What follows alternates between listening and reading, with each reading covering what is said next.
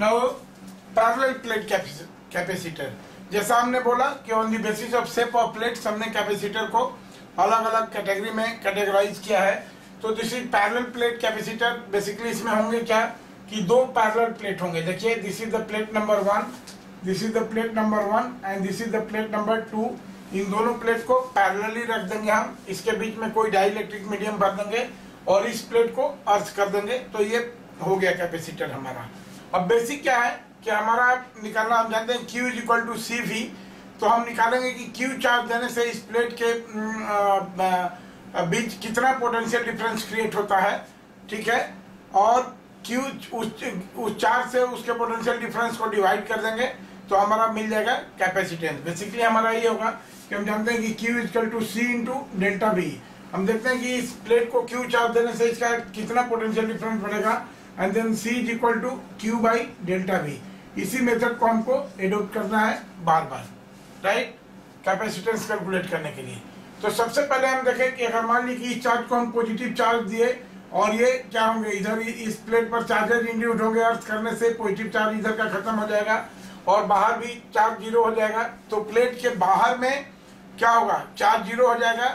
Plate के inner side में जो फेसिंग सरफेसेज हैं वहां पर +Q और -Q इक्वल और अपोजिट चार्ज रहेंगे, +Q और -Q।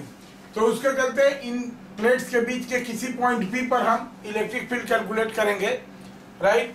तो यहाँ पर इलेक्ट्रिक फील्ड क्या होगा, देखिए जैसे ये प्लेट पॉजिटिवली चार्ज है तो इसके चलते इलेक्ट्रिक फील्ड का डायरेक्शन क्या होगा, ये होगा, राइट। और ये निगेटिवली चार्ज है, ये निगेटिवली चार्ज के चलते भी क्या होगा, ये होगा। तो अगर ये यहाँ का इलेक्ट्रिक फील्ड क्या हो जाएगा, E1 प्लस E2, राइट, या E plus plus E minus. तो देखिए इलेक्ट्रिक फील्ड EP कितना हो जाएगा, electric field at any point P between the plates this will be equal to, देखिए ये प्लस चार्ज है तो इसकी सिग्मा क्या हो जाएगी, sigma will be equal to Q by A। तो हम जानते हैं कि ये कितना हो जाएगा, सिग्मा बाई 2 एप्सिलॉन नॉट। और इसका डायरेक्शन क्या होगा, टुवर्ड्स राइट। ये पॉजिटिव चार्ज है, यहाँ पर कोई प्लस चार्ज रखेंगे तो रिपेल करेगा, तो इसका डायरेक्शन हो गया राइट। इसको हम ये कह सकते हैं आई कैप दे सकते हैं, राइट। और ये देखिए ये निगेटिव प्लेट का है, अगर उसकी सिग्मा माइनस सिग्मा हम ये करें तो क्या हो जाएगा, प्लस, ठीक है। ये देखिए ये माइनस के चलते क्या करेगा, यहाँ पर कोई पॉजिटिव चार्ज रखेंगे उसको ये अट्रैक्ट ही करेगा। तो इस निगेटिव प्लेट के चलते भी इलेक्ट्रिक फील्ड का डायरेक्शन वही होगा जो इसके चलते हो रहा था, इसलिए जुड़ जाएगा this is sigma by 2 epsilon naught, ये भी आई कैप हो गया। तो electric field left to right हो गई इन बिटवीन प्लेन ये। तो दिस विल बी, देखिए ये 2 एप्सिलॉन नॉट और ये हो जाएगी sigma plus sigma, this will be 2 sigma. तो this will be equal to sigma by epsilon naught, this will be 2 cancel हो जाएगा, सिग्मा बाई एप्सिलॉन नॉट। और डायरेक्शन क्या हो गया, आई कैप क्या बताया, left to right. Electric field का ही डायरेक्शन हुआ। और देखिए this electric field is independent of point P from the distance between plates and point P। उसमें कोई टर्म नहीं है कि यहाँ से इसके डिस्टेंस पर डिपेंड करता है। तो this electric field will be equal to uniform, E will be uniform within the plates. This electric field will be uniform within the plates, right? तो अब ये क्या हो जाएगा, यूनिफॉर्म होने से therefore इस Q चार्ज के चलते पोटेंशियल कितना हो जाएगा, therefore potential difference between plate PD, potential difference between the plates, delta V कितना हो जाएगा, देखिए E डॉट dr, यही ना हम कहते हैं कि देखिए this is E dot dr और E तो कांस्टेंट हो गया सिग्मा बाई एप्सिलॉन नॉट। और देखिए जब कांस्टेंट हो गया तो dr क्या है, यहाँ पर डिपेंडेंट ही नहीं है।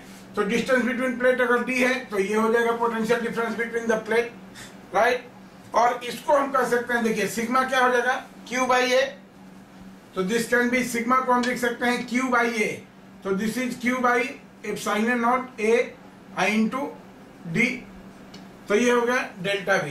Therefore what is capacitance of the capacitor, this is Q, charge given to the body divided by increase in potential between the plate या potential difference between the plate. तो this will be Q divided by delta V का value है QD divided by epsilon not है. तो epsilon not है ऊपर चला जाएगा हमारा. तो देखिए ये Q से Q कट गया. तो this will be equal to epsilon naught into A divided by D. तो कैपेसिटेंस क्या हो गया? Capacitance of this capacitor C is equal to ये हो गया हमारा C की capacitance of this capacitor is equal to sigma naught epsilon A divided by D. यानी अगर हम इसकी बात करें तो कैपेसिटेंस किस चीज पर डिपेंड करता है? देखिए यहां से एक चीज ये करेंगे नंबर 1 कि C is directly proportional to A. C is directly proportional to A. Area of the plates that is size पर डिपेंड करता है. साइज ऑफ प्लेट्स यानी जितना बड़ा साइज होगा, हमने बताया कि capacitance is characteristic of size of the capacitor. तो साइज जितना बड़ा होगा उतना ही हमारा कैपेसिटेंस होगा. लेकिन ये तो एक कांस्टेंट हो गया. आप बहुत बड़ा साइज नहीं कर सकते. कैपेसिटर का साइज एक सेफ लिमिट तक ही करेंगे. तो ये साइज पर डिपेंड करेगा. एंड नंबर 2 कि this is inversely proportional to 1 by D यानी distance between the plate. Distance between the plates, right. तो दो चीजें पर ये डिपेंड करेगी. डिस्टेंस बिटवीन प्लेट यानी डिस्टेंस बिटवीन प्लेट जितना कम होगा, डिस्टेंस बिटवीन प्लेट जितना कम होगा उतना ही कैपेसिटेंस बढ़ेगा. तो ये दोनों प्लेट के बीच की डिस्टेंस कम होना चाहिए, राइट. अब ये देखिए यहाँ पर एक चीज है कि इफ अगर मान लीजिए कि सराउंडिंग मीडियम को एक ऐसे डाई इलेक्ट्रिक से हम इसको फिल कर दें, अगर ये पूरा का पूरा प्लेट एक ऐसे डाई इलेक्ट्रिक कांस्टेंट से हम भर दें जिसका डाई इलेक्ट्रिक कांस्टेंट है K, राइट. एक ऐसे डाई इलेक्ट्रिक से हम भर दें जिसका डाई इलेक्ट्रिक कांस्टेंट है K. तो ये कितना हो जाएगा? C medium.